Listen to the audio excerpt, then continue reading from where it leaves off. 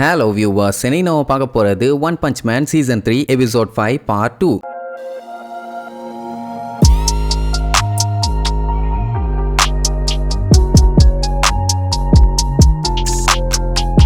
Open பண்ணா நம்ம சைட்டமாவை காட்டுறாங்க. போன பாட்டுல ஒரே அதிர்வா இருந்துச்சுல்ல, அதான் என்ன ஏதுன்னு பாத்திரலான்னு கிளம்பிட்டான். அதே நேரம் இங்க காரோ வேற மாட்டிட்டான்ல. அவனை பார்த்துட்டு அந்த ஒத்தக்கண்ண உன்னோட ஸ்ட்ரென்த் ஹீட் பிளாஸ்ட தாங்குற அளவுக்கு பயங்கர ஸ்ட்ராங்கா இருக்குதுமா. ஏன்னா இதுக்கு முன்னாடி அந்த நாய் மாதிரி ஒண்ணு வந்து ஹீட் பிளாஸ்ட் வச்சு அட்டாக் பண்ணுச்சல்ல, அதுல இருந்து தப்பிச்சான்ல, அதனால அப்படி சொல்லுவான். ஆனா அது பத்தாது. இந்த உலகத்துல நீ தான் பெரிய பருப்பா மாறணும்னா, ஐ மீன் பவர்ஃபுல்லான மான்ஸ்டரா மாறணும்னா அதுக்கு வேணா நான் ட்ரைனிங் கொடுக்குறேன்மா. உடனே காரோ அப்படின்னு இந்த டெலிகைனசிஸ் பவர் எனக்கு சொல்லி கொடுக்க போறியான்னு கேட்டா, அந்த வெங்காயம்லாம் சொல்லி தர முடியாது, ஆனா மான்ஸ்டர் ஆகிறதுக்கான சீக்கிரட்டை சொல்லி தரேம்மா. அதாவது மான்ஸ்டரா மாறுறாங்கன்னா வலின்னு ஒன்று இருந்துகிட்டே இருக்கும். தினம் தினம் அது வந்து செத்து பொழைக்கிற மாதிரி. அதை ஒழுங்கா தாங்கி அவன் பாடியும் கோஆபரேட் பண்ணா மட்டும்தான் அவங்க மான்ஸ்டரா இருப்பாங்க. இல்லைன்னா அந்த மாதிரி செத்துருவானுங்க. ஏன்னா ஏகப்பட்டவர் தாங்க முடியாம செத்துருக்காங்க. இது வரைக்கும் மான்ஸ்டர் ஆனவனுங்கெல்லாம் அந்த வலியை தாங்கினவனுங்க தான். இந்த ஒத்தக்கண்ணு மான்ஸ்டருமே நிறைய டைம் இதை ட்ரை பண்ணியிருக்கான். அதுக்கு நிறைய மனுஷங்களையும் மான்ஸ்டர்ஸையும் யூஸ் பண்ணியிருக்கான். ஆனா அது ரொம்ப கஷ்டம்லாம் கிடையாது. நல்ல டேலண்டா இருந்தானுங்கன்னா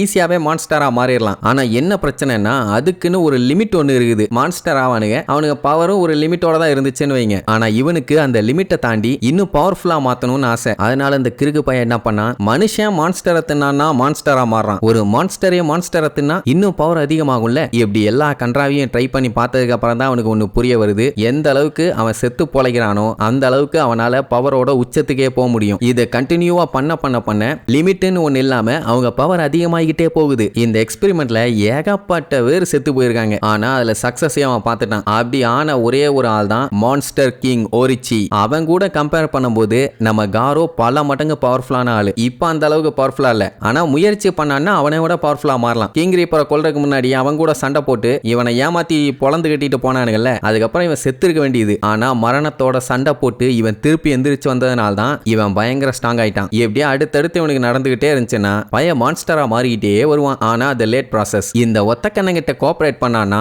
சீக்கிரமாவே பவர்ஃபுல்லா இல்லாமாமா. அதுவும் கிங் ஒரிச்சை மாதிரி. அவரை விட பவர்ஃபுல்லான வெண்ணையா கூட உன்னால மாற முடியும். என்ன சொல்ற கண்ணா, எங்க கூட சேர்ந்துக்கிறியா? மான்ஸ்டர்ஸ் கூட சேர்ந்துட்டீன்னா அதுக்கப்புறம் ஹீரோஸை ஓட விட்டு பெண்ட கழட்டலாம். வரியாட கண்ணு வடவு அப்படின்னு ஸ்பெஷல் எஃபெக்டோட கூட்டு பாப்பான். வழக்கம் போலதான். போடா முட்டை கண்ணா, எனக்கு உங்ககிட்ட ஒரு வெங்காயமும் வேண்டாம் அப்படின்னு டைரக்டா மூஞ்சில செப்பல்ஸ்ல அடிச்ச மாதிரி சொல்லிடுவான். அவன் என்ன சொல்லுவான், நான் உன்னைய பார்த்ததுல இருந்தே நீ என் கூட தான் இருக்கணும்னு முடிவு பண்ணிட்டேன். பட் காரோ ஒத்துக்கிற மாதிரியே இல்ல. நீ எல்லாம் நல்லா பண்ணி மாதிரி உட்கார்ந்துக்கிட்டு வாய்கிலியா வண்டையா பேசிக்கிட்டு தான்டா இருப்ப. உன்ன மாதிரி ஆளுகளை பார்த்தாலே எனக்கு வாமிட்டா வருது மேன். ஒத்த சேர்ல உட்கார்ந்துக்கிட்டு அவனை போய் இவனை போ ஹேய் ஹோய்ங்கிறது. கொய்யால கேப் கிடைச்சதுன்னா உன்னையெல்லாம் நான் தூக்கி போட்டு வாயிலே மீச்சிருவேன்பா. உடனே ஒத்தக்கண்ணை பில்டப் பண்ண ஆரம்பிச்சிருவான். நான் நினைச்சாதான் கண்ணா உன்னால இங்கிருந்து நகரவே முடியும் அப்படின்னு தேவையில்லாம ஓவரா பில்டப் பண்ணிட்டான். உடனே காரோ என்ன பண்ணுவான், அந்த பவரை கொஞ்சம் கொஞ்சமா அவன் ஸ்டடி பண்ணி கை கால எல்லாத்தையும் மூவ் பண்ண ஆரம்பிப்பானா. இதுவே அந்த ஒத்தக்கண்ணனுக்கு பயங்கர ஷாக்கு. இந்த மாதிரி டைம்ல எல்லாம் அசையவே முடியாது. ஆனா நம்ம பையன் அசைஞ்சுக்கிட்டு இருக்கான். அப்பவே புரிஞ்சு போச்சு அவனுக்கு வில் பவர் ஜாஸ்தி. அது மட்டும் இல்லாம சூழ்நிலைக்கு தகுந்த மாதிரி அவன் மாறிக்கிறான்னு. இப்ப இவனை எப்படியாச்சும் கண்ட்ரோல் பண்ணியே ஆகணும். இல்லைன்னா அந்த ஒத்தக்கண்ணனுக்கு அது பஞ்சாயத்தா போயிடும். அதனாலேயே ட்ரைனிங் கொடுக்க போறேன்னு வீம்புக்குன்னு கல்ல எல்லாத்தையுமே அவன் மேல வச்சு அமுக்கிட்டு இருப்பான். ஒரு கட்டத்துக்கு மேல அவனால தாங்க முடியல. அதுக்கப்புறம் மொத்தமா அவனோட சைக்கிக் பவர்ல இருந்து வெளியில எஸ்கேப் ஆகி அந்த கல்ல எல்லாத்தையுமே அடிச்சு பொடிமா சாக்கிடுவான். அவ்வளவுதான். காரோ வாய்க்கு வந்தபடி எல்லாம் அவனை கேவலமா திட்டுவான். என்னன்னா அவனால இதை மட்டும் தான் பண்ண முடியும். அது மட்டும் இல்லாம அந்த ஒத்தக்கண்ணனால ஒரு விஷயத்தை மட்டும் தான் அட் அ டைம்ல ஃபோக்கஸ் பண்ண முடியுது. உதாரணத்துக்கு இப்போ காரோவை லாக் பண்ணிட்டு இருக்கும்போது கல்ல மூவ் பண்ண மாட்டான், ஆனா ஹோல்டு பண்ணியிருப்பான். கல்ல மூவ் பண்ணி அவனை அமுக்கும் போது காரோவை அவனால ஃபோக்கஸ் பண்ண முடியல. அதனாலேயே அவன் அதுல இருந்து ஈஸியா எஸ்கேப் ஆயிட்டான். அதோட விடல நீயே ஒரு வெட்டு நீ எனக்கு ட்ரைனிங் கொடுக்குறியான்னு கல்ல வச்சு மறுபடியும் அட்டாக் பண்ணுவான். அசால்ட்டா எஸ்கேப் ஆகி நான் தெரியாம இங்க வந்துட்டேன்னு நினைச்சேன், ஆனா கரெக்டா தான் வந்திருக்கேன். மான்ஸ்டர் அசோசியேஷனோட பல்புன்னு தானே நீ உட்கார்ந்துகிட்டு இருக்க. உன்னை நான் பிதுக்குன்னு பிதுக்கிறதுல எல்லா மான்ஸ்டர்ஸும் நசுங்க போறானுன்னு பயங்கரமா சொல்லிட்டு இருப்பான். அதாவது எல்லாருமே இவன் மான்ஸ்டர் அசோசியேஷன் கூட சேருவான்னு பார்த்தா அங்க இவன் ஒத்தாலா அவனுக்கே வில்லன் ஆகிட்டு இருக்கான். ஒத்தக்கண்ணனுக்கு நல்லாவே தெரியும் எப்படியும் ஹீரோஸுங்க இவனை தேடி வருவாங்கன்னு. அதனால தான் அவனோட எனர்ஜி எல்லாத்தையுமே சேமிச்சு வச்சிருக்கான். சோ தேவையில்லாம உன் கூட சண்டை போட்டு என்னால எனர்ஜியை வேஸ்ட் பண்ண முடியாது அப்படின்ட்டு லார்டு ஒரோச்சி இந்த பூச்சியை காலி பண்ணுங்க அப்படின்னு உடனே அந்த இடமே அதிர ஆரம்பிக்கும். என்ன நடக்குதுன்னு காரோ யோசிச்சுட்டு இருக்கும் போதே சடனா ஒரு பெரிய கை வந்து அவனை பிடிச்சிரும். அவ்வளவுதான். அந்த ஒத்தக்கண்ணை ஒத்தக்கனை கிண்டல் பண்ணுவான். அவ்வளவுதான் மாட்டிக்கிட்ட, பெஸ்ட் ஆஃப் லக், என்ஜாய் எப்படிம்பா. இருறா வந்து உன்னைய வாயிலே மிதிக்கிறாமா. அதை அவனை போட்டு பிதிக்கிக்கிட்டே கீழே இழுத்துட்டு போகும். பார்த்தா அப்பதான் அந்த லார்டு ஒரோச்சியை காட்டுவாங்க. இந்த சீசனோட மெயின் வில்லனே இந்த பைத்தியக்கார பையன் தான். பெரிய சைஸ்ல இருப்பான். அப்படியே கட் பண்ணி இங்க நம்ம சைட்டமாவை காட்டுறாங்க. காமிக் புக்கை படிச்சுக்கிட்டு ஏதோ ஜாலியா ட்ரிப்புக்கு போற மாதிரி அவன் பாட்டுக்கு போயிட்டு இருப்பான். அப்போ கண்ணா பின்னான்னு அங்க இங்கன்னு ஒடையிற சவுண்ட் எல்லாம் கேக்குமா. மறுபடியும் இந்த சத்தம் கேட்டுக்கிட்டு இருக்குது. அவன் படிச்சுட்டு இருக்க புக்ல எனிமீஸ் எல்லாத்தையுமே ஒரு பெரிய பாஸ் ஒருத்தன் தான் ஹேண்டில் பண்ணுவான். அந்த மாதிரி எல்லாம் இங்க அவனும் இருக்க மாட்டான். ஒருவேளை இருக்குமோ அப்படின்னு யோசிச்சுட்டு இருக்கும் போதே பின்னாடி ஒரு 3 மான்ஸ்டர்ஸ் வந்து நீ செத்தடான்னு சொல்லும். கை பக்கத்துல ஒரே ஒருத்தர் தான் அவனுக்கு ஒரு குத்து சில்லியா செதறிடுவானா. மிச்ச 2 மான்ஸ்டர்ஸ் பயந்து நடுங்கிக்கிட்டு அங்கேயே நின்றுவானுங்க. புலம்பிக்கிட்டே போவான். நானே கேஸ் இல்லாம லூசு மாதிரி சுத்திக்கிட்டு இருக்கேன் சும்மா நசான்னு. இங்க அந்த ஒத்தக்கண்ணை ஒரிச்சிக்கிட்ட அந்த லூசு பயில வச்சு நிறைய பிளான் பண்ணி வச்சிருக்கேன். அதனால அந்த காரோவை கொன்றாதீங்க, அவன் நம்மளுக்கு உயிரோட வேணும்பான். இப்படி சொன்னா என்ன பண்ணும், ஓ அப்படியான்னு சொல்லி இறக்கி ஒண்ணும் இல்லைன்னா கெட்டி போடணும். அவன் இன்னும் முறுக்கி நசுக்குவான். அவ்வளவுதான், பாடியில இருக்க எலும்பெல்லாம் எதுக்குமே யூஸ் இல்லைன்னு தெரிஞ்சதுக்கு அப்புறம் தான் கீழே விடுவான். ஆனாலும் பைய கஷ்டப்பட்டு எந்திரிக்க ட்ரை பண்ணுவானா. வேண்டா கண்ணா,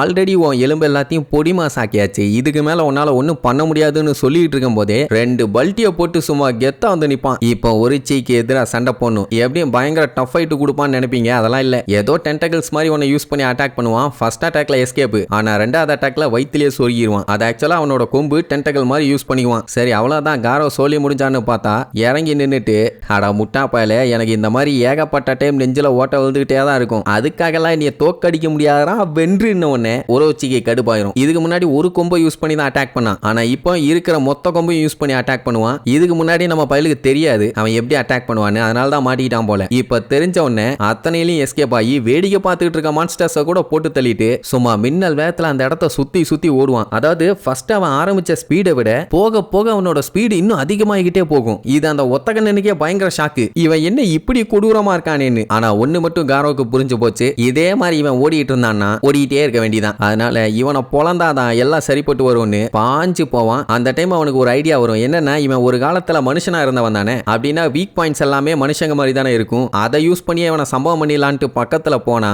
மூஞ்சி நார்மலா தான் இருந்துச்சு. ஐ மீன் இது நார்மல் இல்ல, நாராசமா தான் இருக்கு. ஆனா இதை விட நாராசமா மாறிடும். இதை நம்ம காரோ எதிர்பார்க்கல, ஜஸ்ட் மிஸ்ல எஸ்கேப் ஆயிட்டான். இல்ல ஒரே கவு தான் செத்துடுப்பான். அதுக்கப்புறம் தான் காட்டுறாங்க அந்த ஒரோச்சியோட பாடி மொத்தமுமே டிராகன் புழு மாதிரி பாடியில இருந்து ஏகப்பட்டது வரும். அட கன்றாவியே, இவன் தான் உங்க பாசாடா லூசு மாதிரி இருக்கானேன்னு சொல்லிட்டு இருக்கும் போதே எல்லா வாயில இருந்தும் ஹீட் பிளாஸ்ட் வச்சு அட்டாக் பண்ணுங்க. ஒன்னுனாலே அவன் தப்பிக்கிறதுக்கு அவ்வளவு பாடுபட்டான். இப்போ அத்தனையும் ஹீட் பிளாஸ்ட் யூஸ் பண்ணுச்சுன்னா கன்ஃபார்ம் தப்பிக்க முடியாது. அதனால சிக்கிக்குவான். பட் என்னன்னா அவன் பாடிக்கு ஒண்ணுமே ஆகாது. இதுவே ஒரோச்சிக்கு பயங்கர ஷாக்கு, இவ்வளோ ஹீட் அவனால தாங்க முடியுதான்னு. பைய சும்மா நின்று அந்த ஹீட் எல்லாத்தையுமே தடுத்துட்டு இருந்தவனே கடுப்பான ஒரோச்சி என்ன பண்ணுவான், அவன் கையை வச்சு ஓங்கி ஒரு குத்து, அதையே தடுத்துருவான். பட் இருந்தாலும் முக்குன்னு முக்கி குத்துனதுல செவுத்துல போய் அடிச்சு தெரிச்சிருவான். இந்த ஒரு அடி வாங்கின உடனே ஒத்தக்கண்ணை பில்டப் பண்ண ஆரம்பிச்சிருவான். எங்க ஒரோச்சி யாரு தெரியுமா, எவ்வளவு பெரிய சுண்டக்கா தெரியுமா, எவ்வளவு பெரிய வெண்டக்கா தெரியுமா, நீ எல்லாம் தாங்க மாட்டேன்பா. அப்பவும் கேஷுவலா காரோ எந்திரிச்சு நின்னுட்டு, இங்க என்ன காய்கறி வியாபாரமா மேன் பண்ணிட்டு இருக்க, ஒரு அட்டாக்க ஒரு டைம் பண்ணணும் மேன், திருப்பி பண்ணா என்கிட்ட வேலைக்கு ஆகாது.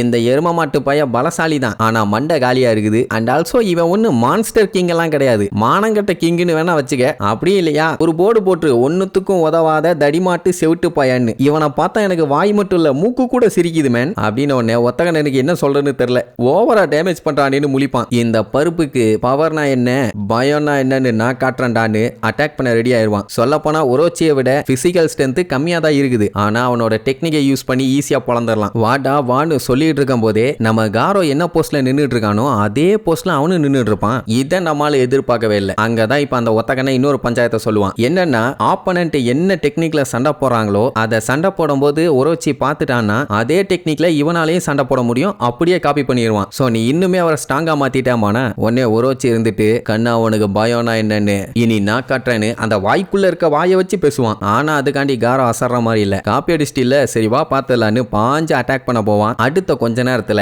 தரையோட தரையா புதஞ்சிருப்பான். ஒரோச்சி இல்ல நம்ம காரோ தான். உடனே ஒத்தகண்ணை பார்த்துட்டு, இந்த அளவுக்கு உனக்கு வெறி இருக்குது, ஆனா மான்ஸ்டர்ஸ் கூட சேர மாட்டேங்கிறியே, மனுஷனாவே இருக்க பாக்குறியே, நல்லவன் எல்லாம் வீக்கா தான் பார்ப்பான் அப்படி எப்படின்னு சொல்லி அவனை பிரெயின் வாஷ் பண்ணிட்டு இருப்பான். அண்ட் அந்த ஒத்தகண்ணனுக்கு ஒண்ணு மட்டும் தெளிவா தெரியுது, ஹீரோ அசோசியேஷன் எஸ் கிளாஸ் மட்டும் இல்லாம வேற பவர்ஃபுல்லான ஹீரோஸையும் மறைச்சு வச்சிருக்கலாம் அப்படிங்கிற மாதிரி. ஆனா அப்படியெல்லாம் அங்க ஒரு வெங்காயம் இல்லைன்னு இவனுக்கு தெரியல. ஆனா இருக்கான், நம்மால் ஒருத்தன் இருக்கான், வந்துகிட்டே இருக்கான். அந்த சத்தம் எந்த பக்கம் இருந்து வருதுன்னு ஒரு கெஸ்ஸும் பண்ணிட்டான். இனி இதுக்கப்புறம் ஒரோச்சிய கிழிச்சி பிரிச்சி உரிச்சி எப்படி காய போட போறான்னு அடுத்தடுத்த எபிசோட்ல பார்க்கலாம். டாடா.